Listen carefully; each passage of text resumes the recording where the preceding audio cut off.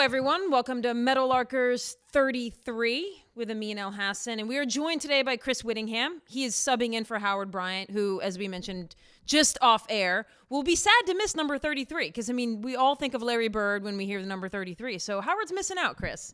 And he's also on a book tour. So I guess there's kind of the conflicting joys and sadnesses and missing the Larry Bird episode, but he is celebrating the release of his new book about Rickey Henderson, which you should check out wherever you get your books. Wow, Chris doing the hosting duties. Get it. For the record, I think of Patrick Ewing, but go on. Wow, I'm a bad New Yorker right here. That's bad. I think it's because of Winning Time. I think I have Larry Bird on my mind because of that show. But, all right, John Starks better forgive me, Amin. Let's hope he does. All right, we are not talking about the NBA today. We got this crew together, and Chris is joining us in particular because of his area of expertise in this matter. And even though we're dating ourselves a couple weeks because the news came down about the CBA signed by the men's national team and the U.S. women's national team with the U.S. soccer giving equal pay across the board. And Chris, I know y'all talked about it briefly in segments on the main Le Batard Show, but I feel like this is a topic rife for Meadowlarkers diving in. I wanted to start with you because I listened to the segment on Le Batard Show, and it seemed to be coming from this perspective that the men were absolutely giving something up, that this was the men kind of like laying down their sword and saying, we are willing to share with the women. I want to know whether that's accurate of kind of how you think about this deal coming together or what your perspective is about what this deal is. So I do think that in the week since, and I'm glad we've kind of had some time to decompress, we have learned that there is a very real chance that FIFA and CONCACAF and the other regional confederations do end up making changes to where they actually level out prize money. And if that's the case, then there's actually a chance that the U.S. women might have cost themselves money at the negotiating table here. But under the present circumstances, I do think that the U.S. men's national team got together and, according to reporting and also the comments from some of the players, spoke to figures within the U.S. women's national team and said, we need to come together on this. We need to be a part of the change because the biggest gap for the people that don't know in men's and women's pay at the national team soccer level is in prize money that gets handed out by FIFA. So, for instance, the total prize pool for the World Cup of 2018 for the men in Russia was $400 million. The total prize pool for the women in 2019 in France was $30 million. And if you compare, progressing to the quarterfinal in the women's tournament was making like $7 million, and progressing to the round of 16 in the men's tournament was $13 million. Like the differences are so astronomical that that's where the biggest gap in prospective pay comes from. And so, yes, U.S. men had to make a sacrifice and say, we understand that at the moment there is more prize money on offer for men than for women. And so we are going to pool together all of the prize money and all in take 35% of the total amount. So that is a sacrifice. Now, I don't think that's the lead story here, but I think it's part of the story. Yeah. All right, Amin, jump in.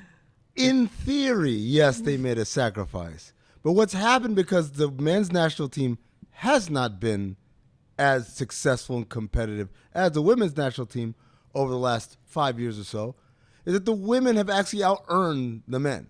Mm-hmm. And so, yes, while the men are eligible to larger pools of money than the women are, the reality was they weren't really – it's not like they were out there – like France won the last World Cup, and they got, I believe, a $34 million bonus for doing so, which is more than the entire pool for women. As you point out, it's $30 million. So if we were talking about France, then, if the U.S. were on the level of France on the men's side, then I think there's an argument to be made of, wow, what a sacrifice. But when you are either not advancing to the World Cup, as they did in the last one in Russia, or making it and not advancing very far, and we'll see how they do in Qatar in a few months, that money that you are quote-unquote sacrificing is a lot smaller of a pool than what it hypothetically could be. So I don't know how big of a sacrifice there is. Then the other thing, and this has been pointed out in several places, is the idea that for the men, this is compensation, but it represents a smaller percentage of their overall compensation that they get for playing soccer than it does for women because of either MLS salaries, which have grown considerably over the last few years, or if they're playing overseas, then you have more money there. So again, it's like asking a billionaire to give up $100 versus $50. It's like, it's all kind of the same at that point for many of those participants. Yeah, there's definitely like a bird in the hand argument to be made, Chris, right? Which is like, okay, yeah, the current prize money that exists on the men's side for FIFA is astronomical, and it will remain that or only grow. Whereas it does seem to me when I talk to people involved in soccer or read all of these articles that there's a calculation made at some point along the way, whether you're talking about for the men's side, altruism, and I don't mean altruism as in like truly doing something selfless, but asking yourself, what is the benefit if I take this stand? Like, there's an actual dollar value. Maybe you can't specifically assign a dollar value, but they had to have been thinking, oh, this is good for business. This is actually good for business on the sponsorship market. Like, there's actually that part of it. I mean, you want to hop in? Oh, yeah. I mean, there's also the part where they actually benefited because they got things in negotiation that they were not able to get on their own. Yeah. By pooling forces with the women's union, they were able to achieve elements that were not available to them in their negotiations, to the point where their negotiations broke down and they walked out. And they almost went on strike for a friendly game against Costa Rica. So, I mean, it's like, that's why I'm hesitant to call it sacrifice or altruism or anything. We're not just talking about the psychic benefits of helping out someone less fortunate than yourselves. They got actual material benefits from being cooperative in this endeavor. Well, wouldn't that be because it's a concession, though? Because you can, in theory, use your bargaining power in other areas if you make that concession. And so, yeah, I saw that childcare for U.S. men's national teamers that are in camp is now available, and 401ks are now available, and all that stuff. So, yes, the U.S. men's national team did get material benefits, but they could have said at the bargaining table, no, we're not giving up our prize money. And they would be somewhat within their rights. They would look terrible. Like you said, Kate, there is a psychic value to doing something that looks good here. And that is also the right thing. And that is righting a wrong that should be fixed at a higher level than what an individual national team does, right? Because in some ways, if you're a U.S. men's national team player, you could throw up your hands and say, well, if FIFA doesn't sort this problem out, why is it my responsibility to sort this problem out? Yeah. Like, it's not my problem. Right. It's not my job, but they decided to. And Amin, to talk about your point that you mentioned in terms of how much are they actually giving up,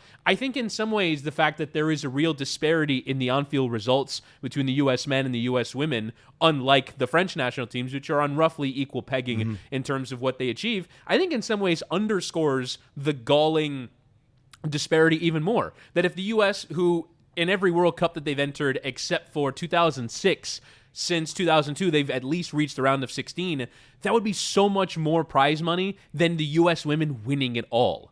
And that I think that, and that's such a huge gulf in results that by merely reaching a fairly low bar, they make so much more money than the U.S. women. So I do think that is a real concession here. But I think from a narrative standpoint, I think it's a much bigger statement, like you said, Kate, that psychic value, that press value, and also, to Amin's point, the difference in salaries at club level is so enormous. The biggest salary in the NWSL right now, which is the U.S. Women's Domestic League, is Trinity Rodman's $281,000 a year. If you look at even the bottom-end guys in the U.S. men's national team pool, they're making between $500,000 and $1.5 million in MLS. If you look towards the high end, it's reported that Christian Pulisic makes £145,000 a week at Chelsea, playing in the Premier League. So translate that. What does that mean? £145,000, $60,000, which means a $250,000 a month. Yeah. No, it's well, $750,000 a month. If it's $188,000. It's $188,000 a week. So if you, I thought you said 45,000 pounds. No. It's 145,000 pounds. Yeah. So it's about $750,000 a month. or about $9 million a year. So he can afford a little altruism if that's the way we're going to look at this. No, but I actually don't look at it as altruism. One, I don't even believe that altruism actually exists. I don't really think any human, a very cynical point of view, but I don't think any human does anything just selflessly. They do it for some other benefit, whether karmic or tangential. But I think in this case, if you really drill down into it, the overall story, or maybe it's just like, keyboard jockeys beneath the articles. Like I saw one woman's tweet was like, women, do you know where your boyfriends and husbands are? Because I'm afraid they're right now below a U.S. Women's National Team article complaining. And I was like, accurate. But like, I actually don't think if you drill down into this, that the men are like in the long run, and we actually will probably by 2028 be able to do the dollars and cents on this. I don't know that they gave up any money. They may, in fact, in the long run, be gaining money, not just from increase in sponsorships, but they have in some ways tied themselves to a rocket that is only gaining momentum. If you look around the world over the last 2 years and the sights we've seen when it comes to women's soccer, whether it's in Spain, packing, Chris, I know you know these things, like 100,000 plus stadiums, and the way that individual clubs are buying into the women's side, the prize money for the FIFA Women's World Cup in two cycles will almost certainly be at least double what it is now. Mm-hmm. And you've already created this bond between the two teams. So it's that if you look down the road in a generation, maybe that prize money is like not equal, but maybe it's 70% of what the men's making. And you've tied yourself to a team who may not be the best in the world. Yeah, that may not be the best in the world the way they are now, considering the increase in competition, but that consistently perform at a high level in the Women's World Cup. It's like tying yourself to the playoff bonus of the Boston Celtics. I'm in Boston right now, where you could say, okay, they haven't been the best team in the league over the last 5-6 years, but they've been to the conference finals so many times. It's like, okay, tying myself to them is a damn sight better than tying myself to the Minnesota Timberwolves, which I think is a very apt comparison for U.S. men's national team soccer, where it's like, hey, we don't make it to the dance very often, but when we do, we don't last very long either. Yeah, yeah. They've made one semifinal in the modern era, but you're right, Kate, and like there's a very real chance that this push for equal pay is going to move its way up the pyramid, right? And it's going to make its way to regional confederations and to FIFA in terms of leveling out prize money. If you look at, for example, the television rights deal here in the U.S. For the World Cup, it's actually an all-in package that FIFA sells for not just the Men's World Cup, but the Women's World Cup is baked into that price. The Youth National Team World Cups, the Club World Cups, Fox and Telemundo, NBC Universal's Spanish arm, pay one big fee for all of these tournaments. And in some ways, I think the Women's World Cup can almost be undervalued in that perspective. Because if you like the biggest television ratings in this country for soccer have been for women's soccer events because of the U.S. going far in '99 in a home World Cup and in 2015 in Canada when the time zones are very favorable and they beat Japan in the final. So the rights in some ways can almost be undervalued, and it's not like we have separated out in each country, this is what the Men's World Cup costs, this is what the Women's World Cup costs. The Women's World Cup is kind of an undervalued property, and I know it's something, Kate, that you've talked about on Off the Looking Glass in the way that the WNBA, by being baked in with the NBA, don't really ever get to fully realize their commercial value because they're thrown into packages, sponsorship and media-wise, that are tied to the NBA, which is the hood ornament on those negotiations. So I do wonder how much commercial value there is in the women's game, but I know that it's going to go up because the trajectory of the women's game right now is so skyrocketing up because of the way that European nations are caring about it now, European clubs are caring about it now, that we only know that the women's game is going to go from strength to strength. Yeah. This thing you just pointed out, Chris, about the Women's World Cup TV rights deal being baked in is one element of why I don't believe that the men are going to leave money on the table when this deal is said and done. Because it's kind of like when you pick up a free complimentary ticket to something, or like, oh yeah, there's a concert being given at the park downtown, and it's like, oh, complimentary tickets. When that night comes, you don't really feel a desperate need to show up. It's like, if I want to go, I go. If I don't, I don't. Whereas if you paid $65 for that ticket, you were going to do everything in your power to show up for it. And I feel like what the men have done and have forced the hand of the soccer federation is like, we are tied to the women now too. You can't bullshit with them now. You can't just like bake everything they do in. It's like, if there is something to market and sell, you better do it because it's a dime out of our pockets. And there is so much money that has been left on the table, specifically, I think, across women's sports, but specifically around the U.S. women's national team for reasons like you mentioned, the TV rights deal. Almost every deal you look at that is done around them is done as like a baked-in toss-in. Well, now you've got a bunch of players, including on the men's side, which we know like a lot of times that holds more power and value, being able to say, no, we paid for our ticket to that concert. We want to get the value out of that ticket. You can't just bullshit with them anymore. And the commercial rights as well. Sorry, I mean, the commercial rights as well for U.S. soccer have actually been held by a company that is owned by the owners of Major League Soccer. So the U.S. women have been marketed by a company that is owned by Major League Soccer, whose incentives, by the way, have been to tie the TV rights for U.S. national team games, both men's and women's, to Major League Soccer so that both entities can benefit from them. Now, that's as a result of the fact that U.S. soccer rights, both men's and women's, were neglected in the early part of this century. The Men's World Cup, I believe in 2002, that company that's owned by the MLS owners had to pay ESPN to put the Men's World Cup on television. Jeez. So, like, it just only goes to show how far the sport has grown in this country. But U.S. soccer is taking their rights in-house for the first time, starting in 2023. And they did a TV deal with Turner, Warner Media. A lot of their games will actually be on HBO Max and will be on TNT and TBS. But this deal, in terms of the media rights deal for U.S. soccer, the women is by far the more valuable part of that rights agreement, because in the next World Cup qualifying cycle, World Cup qualifiers are really the only thing that's valuable in a TV deal for the U.S. men. They won't have any because they will host in 2026. And so that deal is actually largely on the strength of women's games, which rate incredibly well, particularly when they're on over-the-air television. So I think the women commercially in this equation have done an incredible amount to bring value. If you go back to 2015, the U.S. women brought in $16 million over budget after winning the World Cup and having a celebratory tour back here in the U.S. where they played a bunch of home games and sold out a bunch of stadiums. They generated $16 million more than was budgeted for them.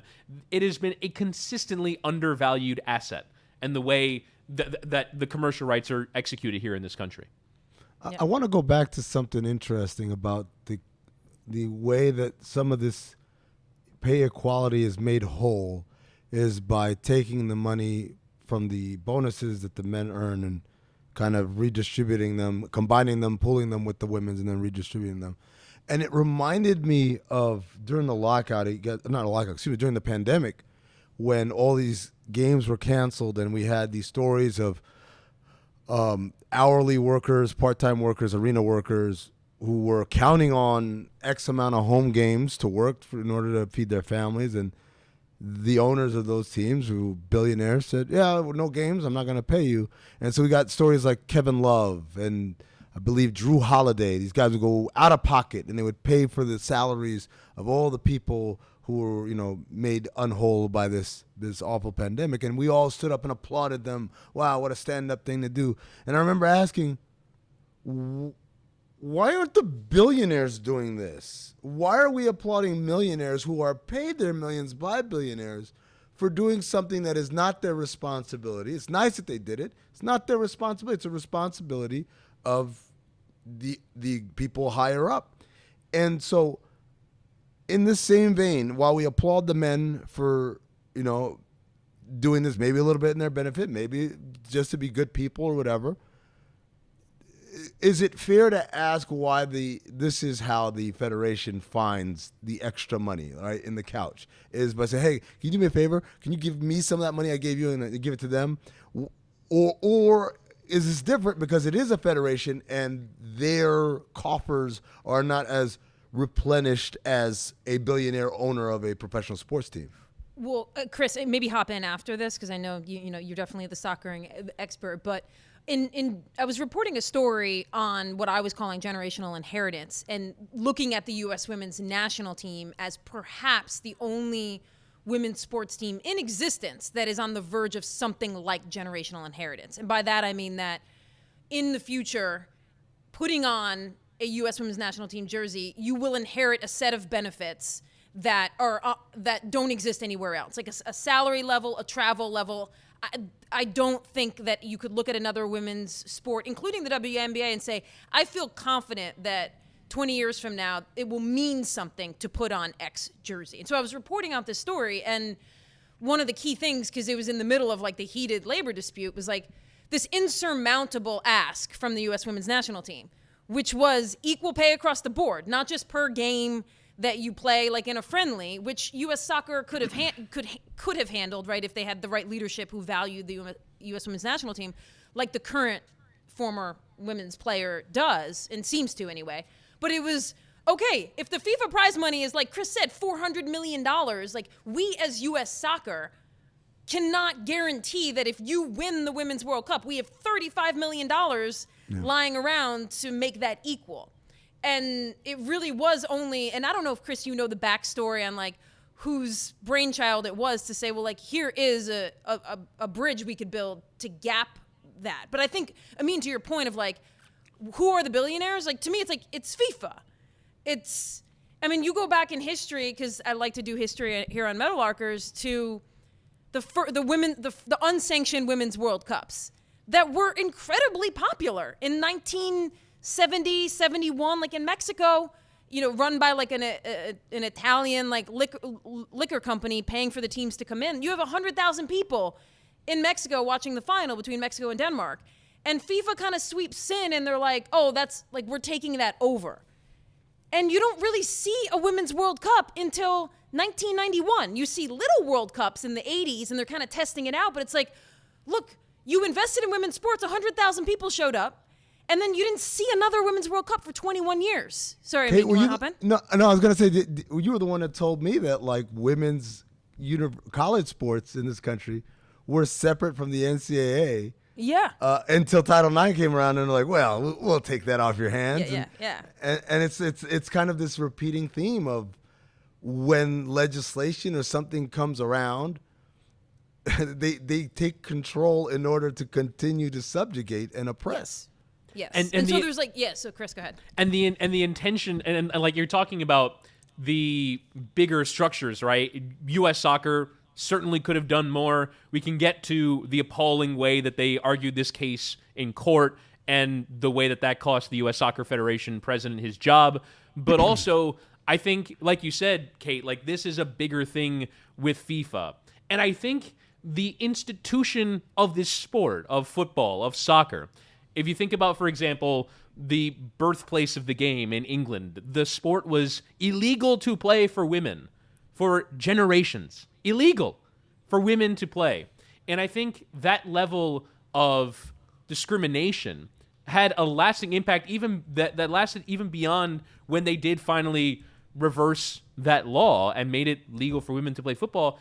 You still hear the stories, like you mentioned, that generational inheritance. You hear stories, for example, of the current England women's national team and how maybe they won't have to struggle as much. But there are still players.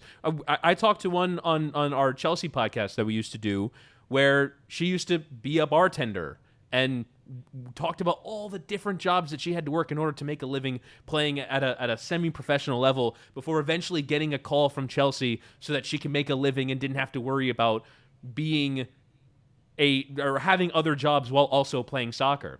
We're not that far removed from that in terms of the women's game.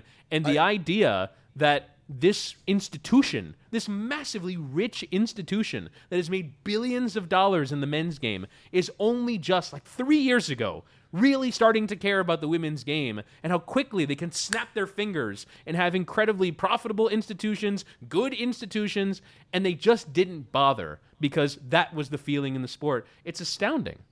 Yeah. I just looked up, because I did not know that fact, Witty, about football being banned. Yeah, in England. Banned in 1921, quote, the game of football is quite unsuitable for females and ought not to be encouraged.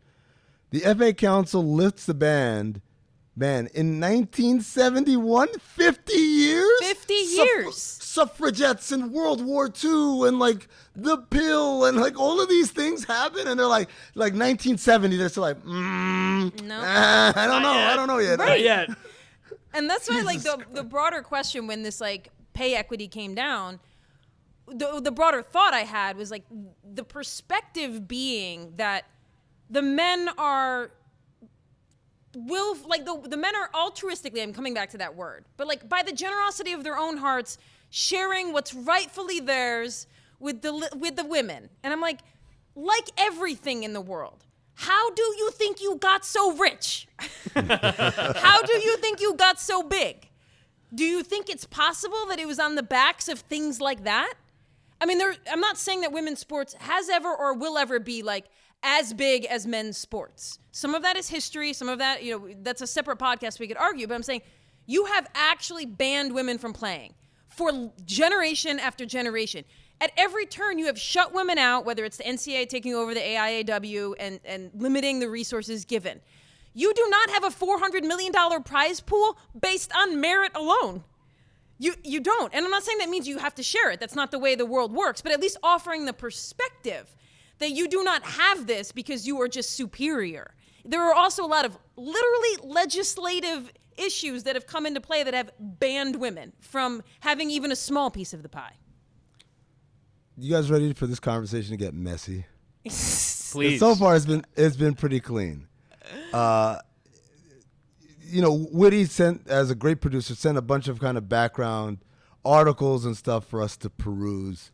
And one of them was a CBS article talking about the pay gap in sports. So he was using this as kind of a launching pad to talk about the pay gap in different sports. And as always, it came to the NBA, which is always a popular one, because one of the things I find very fascinating is that while many on the women's basketball side argue for, hey, we deserve better pay, we deserve the amenities like charter flights and better lodging and all that stuff, there's always a few that take it to the level of not, hey, we need to be paid better, but we need to be paid the same / they need to be paid less. And so there was a quote here from Nicole Lavoie, who's the director of the Tucker Center for Research on Girls and Women in Sport at the University of Minnesota. And, explaining, hey, the NBA had a 50-year start, 1946 versus 1996 and revenues. But then Lavoie says, they talk about the new collective bargaining agreement, which raised the average pay and guaranteed salary for players who take maternity leave. So it's a step in the right direction, but those salaries are still millions of dollars away from the NBA. Lavoie said, quote, the pay is so wildly discrepancy. However, honestly, the men are overpaid. Nobody should be making that type of money to be an athlete. And to me, I'm just like, boom. You've you're lost done. me. Yeah. You've lost me 100%. Because first and foremost, you're arguing for your athletes to get paid that much, for women athletes to get paid that much. So once you say nobody should get paid that much, well, then why are we having this conversation? But also, it's just, to me, in my mind, I feel like, and I want to hear you guys' opinion on this, I feel like a conversation about soccer federations or basketball national federations, so national team, I think this should be the standard across all sports, because this is representing your country. This isn't, after all, a money-making venture, or at least theoretically it shouldn't be the number one thing. But when it comes to professional sports, I kind of, that's where I'm like, no. Like, if you want to say the WNBA should spin off its own TV rights and digital rights and all those things, and then see how much money they can make and negotiate their collective bargaining agreement as such, I'm like, great. If you're telling me, they should pull it and then split it, I'm like, I don't think that works that way. For the simple fact that when you're playing for a national team, every player gets paid the same. Every player gets paid the same, right? Megan Rapinoe gets paid the same as as Trinity Rodman, who just came in, right? And same thing for on the men's side. Josie Altidore gets paid as the same as whatever young kid coming in. In the pro side, that's not how we do this. The best players get the most, and they get the most because they're the rarest or the hardest to replace. And as such, it is much harder for me to find a Kevin Durant and compensate him as such to play basketball in the NBA than it is to name a WNBA player, right? A WNBA star. It's not apples to apples, and a lot of that has to do with, again, revenue generation and all that, because in this side, it is a business, and we don't care about representing your country or wearing the colors or whatever. So I'm putting that out there, and I want to hear your takes. Making it messy. Yes, actually not that messy, because I think I almost agree with everything you said. I think the World Cup, Olympics, even though different amateur status, different things going on, there are things baked into those that allow women's sports to transcend in those moments. Being that we've all agreed on the stakes and storylines of a World Cup, which is not the same as if you look in the WNBA. Like a WNBA championship doesn't hold the same cultural value yet than an Olympic gold medal does. And the storyline of watching Team USA play is like an inherent storyline that you can absorb on first glance. Whereas if you're passing by a WNBA game, what storyline do you know? Nothing really, unless you have some attachment to a city, and even that might not be sticky enough. So I agree with that, and I agree that the WNBA and the NBA, this is not like a Team USA model that I think should be like imposed across sports at all.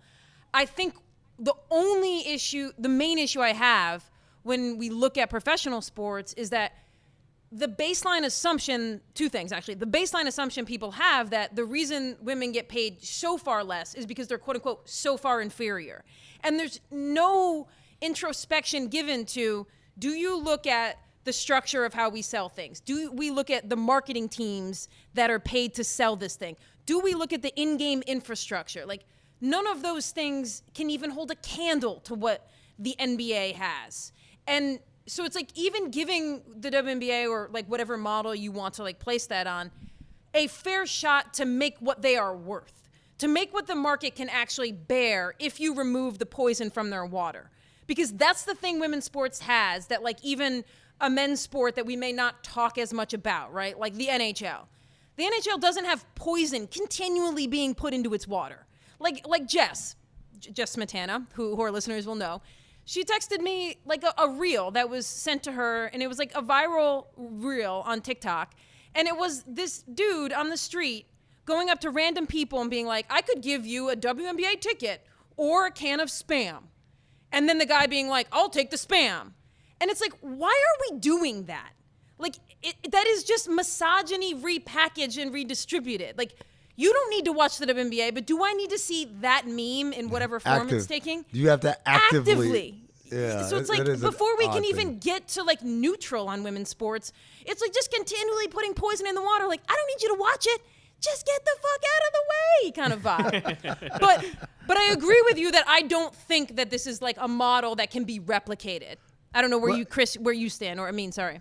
No, go ahead, Chris. I want to hear your... Yeah, for me, I think what we're talking about is the disparity, and I guess in tech terms would be the seed money, right? Because like Kate has mentioned, you know, these sports did not just appear out of nowhere. There were institutions that were intent on proceeding forward and marketed this product as the best possible product and were invested and took losses, including, for example, in men's soccer, where a men's soccer league now exists because... frankly, there were like three owners who are the Hunt family that own the Kansas City Chiefs, the Kraft family that owns the Patriots, and the people behind AEG, the Anschutz family, that owned like all of the teams in the league because they recognize that it's worth keeping a men's soccer league around because at some point we're going to make money on this. But they took a bunch of losses until they got there. We need dates. We need we need to fill in those dark dates at our stadiums. Well, there's that, but there's also like we think at some point we'll make money in this investment. Which, by the way, they proved to be right. But that sort of belief has never not existed nearly enough in the women's game until now. And so there weren't people that were putting together leagues that lost a bunch of money, and we invested a bunch of money into them so they were good conditions, and we gave, like, you give it an honest go in putting forward a great women's sports product, really other than individual tennis in the world. So I think it's that seed money that wasn't there to grow the game like it has been for men's sports. I mean, you certainly know the history of the NBA and how it wasn't really a massively profitable product or a money-making engine until the mid-'80s, 40 years into its existence. So That I think is the gap you make up for. In real practical terms, I don't know how you bridge that gap. I don't think it's by telling Steph Curry you can't make $47 million, but there is a gap there in terms of the amount of money that was lost to create the thing that now exists. It's gotta suck, by the way, to have a cause, a worthy cause, a cause that may not be very popular, but you know it's the right thing to do, and you know it has to be done in a fight for that cause. And for all of it to be able to be derailed at the drop of a hat because one person says the wrong thing, right? Like just one person, like was it Liz Cambage a couple of years ago who said, has Harrison Barnes make $30 million? Like the one person says the wrong thing, and it's like years and years of work, of hard work behind the scenes by people can just get but I mean, there's people who argue this case on, not the best means on both sides, right? Because one of the arguments that you could have dug up was the U.S. women's national team once lost a game to FC Dallas's under-15s team, and that gets thrown around all the time. And Kate's point about do you want a WNBA ticket or a can of Spam? Like there are people on both sides who do not argue this in good faith, and so I don't think that the bad faith arguments, or even if not necessarily that, I don't think that's a bad faith argument. I just think it's an argument that's not necessarily rooted in practical reality, right? It's not the solution to the problem, but I don't think you should allow that to dampen what is ultimately a good cause. It shouldn't, but it does. And I think the big difference between the two sides is that one side has the upper hand, right? If you are pro status quo, pro establishment, and you have very good arguments as to why it should be the way it is, your argument isn't derailed by a dude with a can of Spam. Because everyone knows, like, no, this is establishment. That's just a guy being a dumbass, right? Or trying to go viral with a video, versus being the person with the the lesser hand, the arguing for change, where you are already fighting establishment. But then when establishment can avoid all of your very real arguments and take your version of the guy with the can of Spam, which is a WNBA player who's just kind of shooting from the hip, or a random professor not a professor, advocate, a director for a center of research at a university, can say something wrong, and that's what the establishment will latch on to. See, that's why. All your arguments will be boiled down to the worst version of them. Yeah. And it's very easy for status quo to be maintained in that way. Yeah. Well, one thing, because I heard you both say this word in the last couple minutes, cause, is part of the problem. Is that people see women's sports as a cause, as a charity. And what I'm trying to argue for is that it's not. It's a business opportunity that has been hampered by all the ways of the world. We could label them, but I feel like even labeling them what I think they are turns people off. But it's not a cause, right? Because then a cause means like, oh, I got to do this, or like for the good of the, like for my daughter. It's like, I don't feel that way. I think women's sports is awesome in what it could be, and it could be profitable at what it does. I'm not saying it's going to be as profitable as the NFL or the NBA, but like it could generate wealth if it was invested in the way that we see men's sports be invested in. And so like even like the framing of it as a cause, I kind of always am like, but then we're falling back into that same idea that it's charity. So one broader topic I wanted to touch on too, specifically Chris, is that it doesn't pass my notice that in order to achieve some level of like equality, equity in women's sports, we had to take what I think is the preeminent women's sports team of the last 25 years. Like this took, can we name across the world, a more iconic women's sports team across decades? I mean, obviously I could name domestic ones that were great singularly, like UConn, but for the world's game, the U.S. women's national team. And that's what it took. The very best team, the most iconic team on the women's side to achieve some level of equity. Do we think it's possible, or is it Pollyannish to think that what they have achieved and what the U.S. women's soccer teams have done, men and women here, can be replicated and can fast track some form of equity in the world's game.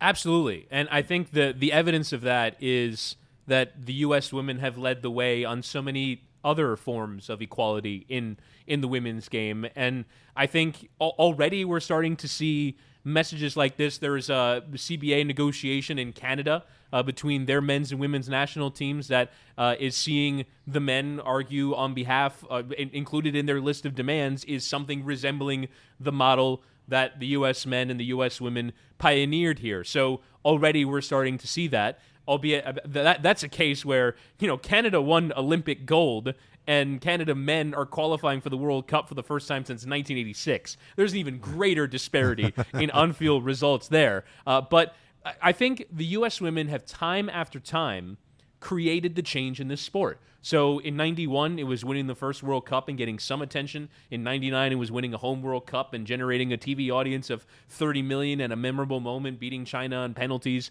and Brandi Chastain converting the final one. You have, them winning Olympic gold. You have in 20. I honestly think that 2015 might even be the biggest one because they won the World Cup, but also in that tournament, England finished got to the third place game, and it's farther than they've ever been in a women's national tournament. And since then, the way that they've been covered and the way that the women's league has grown in England has been massive. And I think in Europe, then you saw a bunch of clubs go out and buy a bunch of great players, including some Americans, and then other clubs in England, and then other clubs in Spain, and then all really the biggest clubs in Europe for the most part now have women's teams. And it's so easy for them, like you say, that economic opportunity. It's so easy because by comparison, like the transfer fee of one bang average midfielder is like the entire budget of a good women's team. And so if any team was interested in being good at women's soccer, it can happen so quickly. And it can come from the coffers of like one home game that happens over there in Europe. So the way that the U.S. women's team have grown the sport time after time, generation after generation, I think they're going to continue to be pioneers here. And I think their place in history, I think, is the biggest takeaway. We've talked a lot about altruism and equity and all this stuff. I think their place in history as probably the most influential women's sports team, like you say, of the last 25, 30 years, is the story here because they were able to get this done when at one point it was reported by the New York Times that the gap between U.S. soccer and the women's national team was $67 million. And they bridged the gap through fighting, through generating an incredible movement. They were able to get that done. Can I ask a question? You said that like the 2015 World Cup spurred a lot of investment for European clubs into having women's soccer. What took so long, given that there was investments in women's basketball, women's volleyball, like Barcelona has one of every one of those teams in every single sport, men and women. Why was soccer, the most popular sport in the continent, the last to kind of lag behind all these others? I think that in Europe, it's such an arms race between all the men's teams that they kind of got blinded by just, we need to have more money to bring in another striker in to score the goal that'll win us the chance. I guess my thing was like 10 years, more than 10 years ago, Diana Taurasi was making 7 figures playing for CSKA Moscow. Like they found the money to pay her, to play basketball. They found the money to play. I can't name any women's volleyball players, but like they found the money to pay those people. But when it came to women's soccer, again, the sport that they care about more than any other sport in the world, they said, "Oh no, I gotta pay a little bit more for JJ Okocha over here. So sorry, women's soccer, you guys have to wait."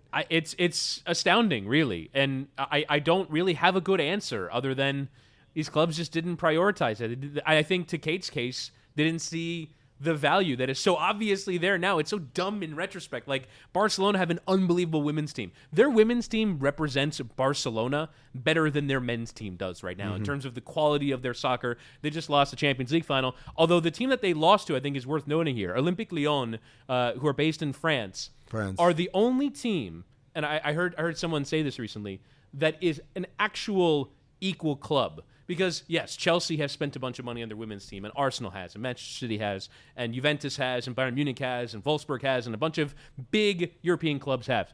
But Lyon has been the only team all along that actually treats their women's team on level pegging as their men's team. And they've won a bunch of Champions League as a result. They are the gold standard of this sport. But it is fairly remarkable, to your point, Amin, that one club in Europe, and as you say, the place, the homeland of the sport, I think even more embarrassingly, in South America as well. It's even worse there. It's even worse there in South America. And and the Brazilian women's national team is amazing, but the lack of resources poured into that is embarrassing when you consider the amount of resources that are poured into the Brazilian men's team and what that shirt means. They wear the same shirt. And it's remarkable that they haven't carried on the standard there in South America. And it's why there's so much growth left to do. And as you say, Kate, an economic opportunity for so many countries, because if Argentina's women's national team was ever really good, I can only imagine the way that country would get behind them. Yeah. Yeah, I mean, I think, to some extent, Chris's point at the very beginning about why England cares now is the answer. It's just that no one was proactive about it. It was a grassroots. England advanced in the 2015 World Cup to the semis, and people cared. And I think people looked around and were like, oh, wait, like people can care about this. And that is almost the story of women's sports. Nobody invests in it. There's no marketing. We're not like, let's do this. Let's pour $10 million in and see if people will pay attention. It's like they're just become these grassroots moments, and the 99 is one of them. Like they were told all along they couldn't play at big arenas and stadiums because they wouldn't be filling it out.